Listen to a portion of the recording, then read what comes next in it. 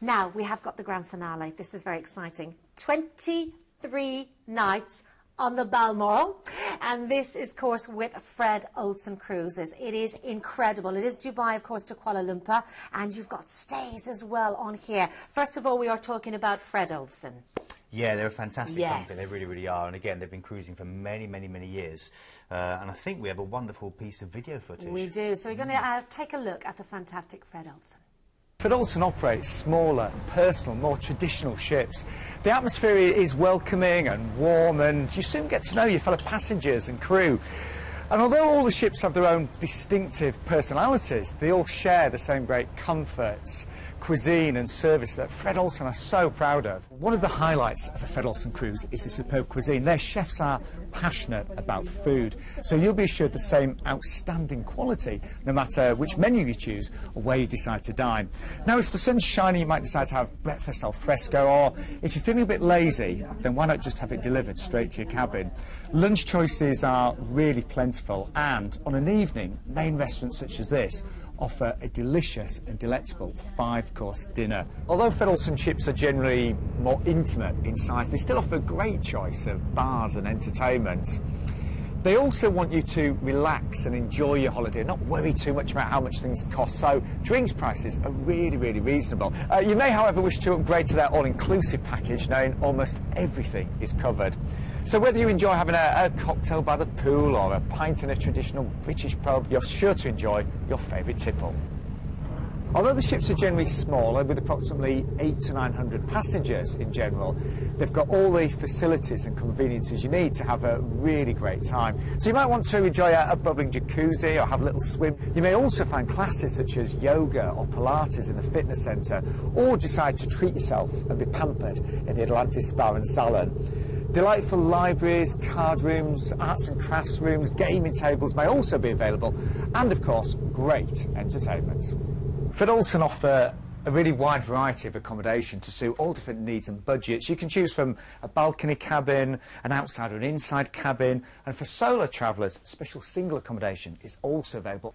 All cabins though have interactive televisions, a safe tea and coffee making facilities, and they all have a really nice warm and cosy feel. Wow, absolutely fantastic. Now, of course, we start off our 23-night adventure, Dubai to Kuala Lumpur. And we fly to London to Dubai, and we've got an overnight in your lovely 4-star hotel. Yeah, that's right. Yeah, great chance for you to stay here now and enjoy Dubai, where nothing existed 20 years ago. Now there's this huge movie set metropolis, where everything's the biggest, the tallest, the first of its kind. It is set in the desert, so you can still do things like sand surfing. You can go and do camel racing, even camel beauty contests. There's some real lookers. You know, it's full of history. You know, you've still got a lot of the old forts and a lot of the old Bedouin culture that you can go and enjoy with the spices. But of course, it is a testament to what man can build very quickly. You've got the Burj Al Arab Hotel, which is supposed to be a 7-star hotel with an underwater restaurant which you have to use a submarine to get down to. You can go, can you imagine that? Go skiing in the middle of a desert. I don't get that. You've got the Burj Khalifa, the world's tallest building, which gives you great views.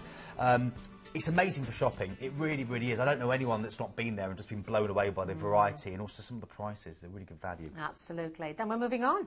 OK, so getting on board the ship, 17 nights cruising now. A couple of days at sea to relax and enjoy that wonderful food and the environment that Sean was talking about there before we get to Mumbai, the home of Bollywood and the world-famous industry that kind of pumps out of there. This is the glamour capital of India, and again it's a city of stark contrast. You've got steel and glass towers next to these kind of stately stone edifices left over from the days of the Raj. I love Adobe Ghat, where literally all the big hotels, all the hospitals get their washing done in stone, outside in these stone basins that get beaten. It's nothing to do with a washing machine, it's just people beating linen against the stone. It's incredible, and the people live there as well. It's a whole culture. Adobe Ghat, you must go and see. Go and see the elephant caves and the sculptures there, and the Jain Palace, the gateway to India, where all the soldiers used to walk in when they arrived off the ship. It's an incredible place. It's mind-blowing, and definitely let your taxi driver take you to his mates, his family members' local curry house, and try some of the local food. It will just literally blow your taste buds out of Oh, order. my word. Relaxing day at sea before you Yes. get to Cochin. Another Indian port here, spectacular scenic. This is Kerala, very prosperous state within India, very beautiful, one of the finest natural harbours in the world, the centre of the old spice trade, and again, a chance for you to go and see lots of colonial buildings with Fort Cochin, and also explore the waterways and the ancient Chinese fishing nets, which have remained unchanged for hundreds and hundreds of years.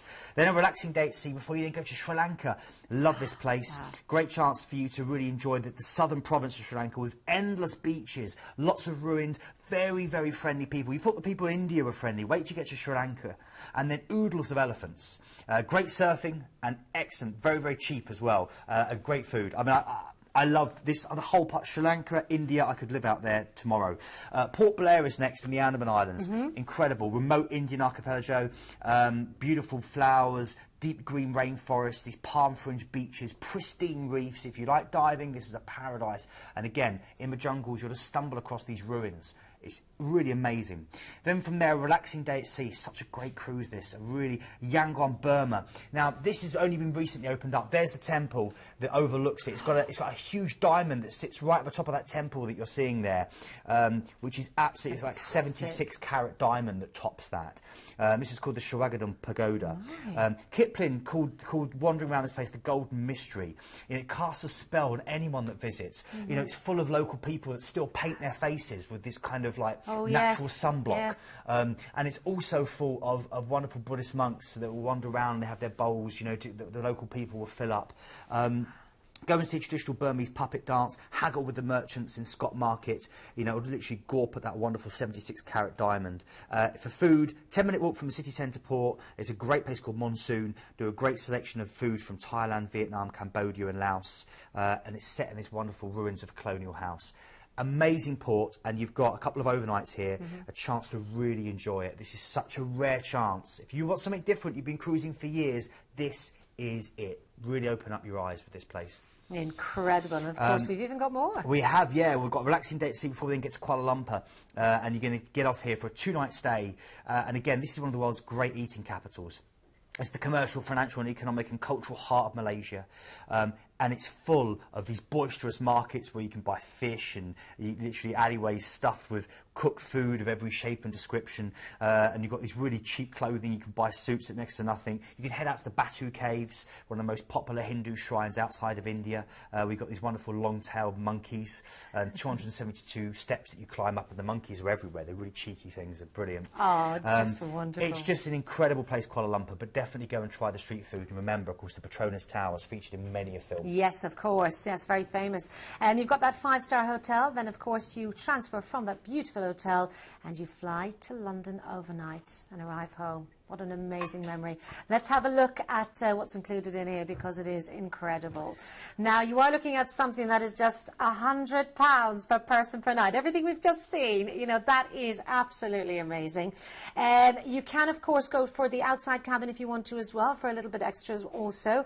It is incredible value. Of course, you've got the 2-night stay in the 4-star hotel in Dubai, a 2-night stay in the 5-star hotel in Kuala Lumpur as well. And that is an incredible price there, of course, looking at the 25th of January. Quality assured, as always, of course, with Planet Cruise. You can see there as well. And we have got, of course, the fantastic excursions. So take a look at these. These look great. Yeah, they're really, really good. And again, you know, you really do want to enjoy these. These are the kind of places where you've got to do a tour to go and enjoy them, because there's literally so much to see, so much to do, so much to experience.